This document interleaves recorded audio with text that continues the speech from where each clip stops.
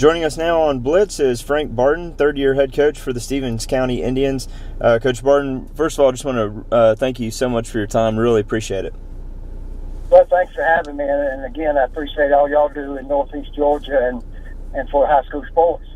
Yeah, definitely our pleasure. Now, you're coming off back-to-back state playoff trips, 6 in a row overall for for the Indians there. Do the guys face any pressure? You've been around this game for a long time. You've coached a team that went on at Cartersville to win a state championship. How much pressure is that when the guys are used to going there every year?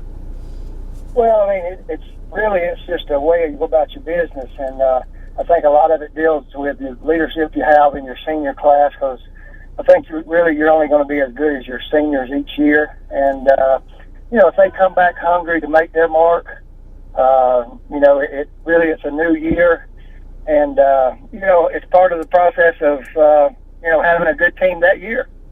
Yeah, and again, this is your 23rd year, 176 wins, 79 losses, a state championship in Cartersville. But even that no coach is immune to turnover. You lost some key pieces from last year, including, of course, Ben Cleveland, who went on to sign at UGA. How do you replace, or can you replace, a guy of his caliber? Well, really and truly, Ben, he was just a freak of nature. Being 6'7", about 330 pounds, and not much body fat on him at all. So, I don't think you replace those kind. We had a kid named Ronnie Brown over at Cartersville that, you don't replace, but what you hope happens is that people look up to what he did, and he sets the bar at a level to where the kids coming, want to attain that or do better. So, we got some young ninth graders coming up that have watched Ben play, and hopefully they're going to work out hard and go through the 4-year process of being a good player. But, each year is different. Sometimes you got to feel lineman, sometimes you got to feel skill. But it is something different every year, and that's what's the fun part about coaching, is building a team. Absolutely. And on that note, who are some of the key the top players that you have coming back? Who are those guys that you can identify? And then who are some of those up-and-comers? You kind of alluded to some of the freshmen that might have to step up. Who are some names that we can kind of be looking out for? Well, I mean, a lot of our skill, we graduated a lot of our linemen. So, of course, Ben and about 3 other on the front offensive line. So a lot of our skill are back. They were sophomores last year. Quarterback's back, Jackson Bell. Wide receiver, A.J. Curry's back. Running back, A.J. Howard's back. So linebacker, Cole Beitzel. So we got some skill back. And again, it's just going to be a matter of our leaders, how well they lead, and, gelling as a team. Right, and you kind of said it, you're only as good as your seniors. You've got 16 this year, I believe, is what I counted, if I'm not incorrect on that.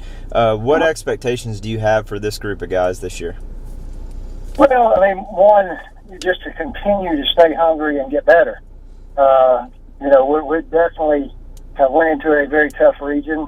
We picked up St. Pius, who won their region. We picked up Jefferson and Oconee, who have been first in their region, first and second the last few years. And then we kept us in North Oconee. So that's 5 schools that are used to being first or second in their region. And then, of course, Madison, who I think has got a good young class. So our region is going to be tougher. Our out of region schedule is going to be tougher.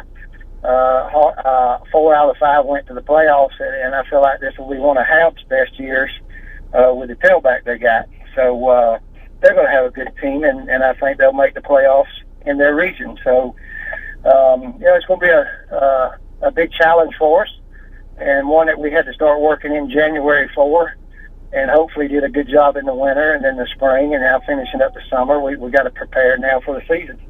Yeah, you pretty much just read my mind. I was going to bring up the tough non-region slate that you have: Rabun County, Flowery Branch, Habersham Central, Hart County. And then all that leads up to playing, as you mentioned, St. Pius to kick off region play. How much of that schedule was premeditated to kind of get the guys geared up for that first game? Well, really, probably the the plan there was to try to play as many local schools and some of the old rivalry schools that we have had, like Hart, Halb, picked up Rayburn. That's going to be fun for both communities. And then Flowery Branch is going to be fun. And then, of course, Habersham and Franklin. So, one of our old players at Stevens, Chris Griffin, coaches at Flowery Branch. One of our old players at Hal, Benji Harrison, coaches at Habersham. So all kinds of storylines this year. Coach Nolan, who was here, is at Oconee. He'll be coming back. So just lots of things this season that are going to be really fun and, just a big challenge for us. Yeah, and you mentioned all the tough work that goes in, and it's silly for anybody to think that the season starts in the fall. I mean, you guys put in you go through the grind and the spring practices, and right now I know it's got to be tough battling this heat. You got to combat with that, and then try to keep your guys healthy and lead up to the season. How much hard work has gone on to this summer workout season? Well, I think, for everybody, the key there is that you continue to do it through the spring and through the summer. And it's not just, we get them out there in August and start. It's kind of like digging ditches as a work. If you're out there and you're used to the heat, you can somewhat be acclimated to it. Mm-hmm. But bottom line is you have to be very conscious of watering them down, keeping them cool, maybe giving them water every 10 minutes. But you do have to really keep an eye on them because, it's just like some guys are practicing in the evening. Some of these kids don't eat right. So if you don't eat right, you're not going to have the energy, and you're really going to be suffering. So a lot of factors into it, but it is a concern big time. Well, Coach Barden, thank you again so much for your time. Really looking forward to seeing what your Indians do this year. I know you set the bar pretty high and have high expectations for these guys, and we're excited to be able to cover Indians football this year. Well, thank you, and again, appreciate everything y'all do for us and everybody in the area. Absolutely. Thanks, Coach. Thank you. Yep.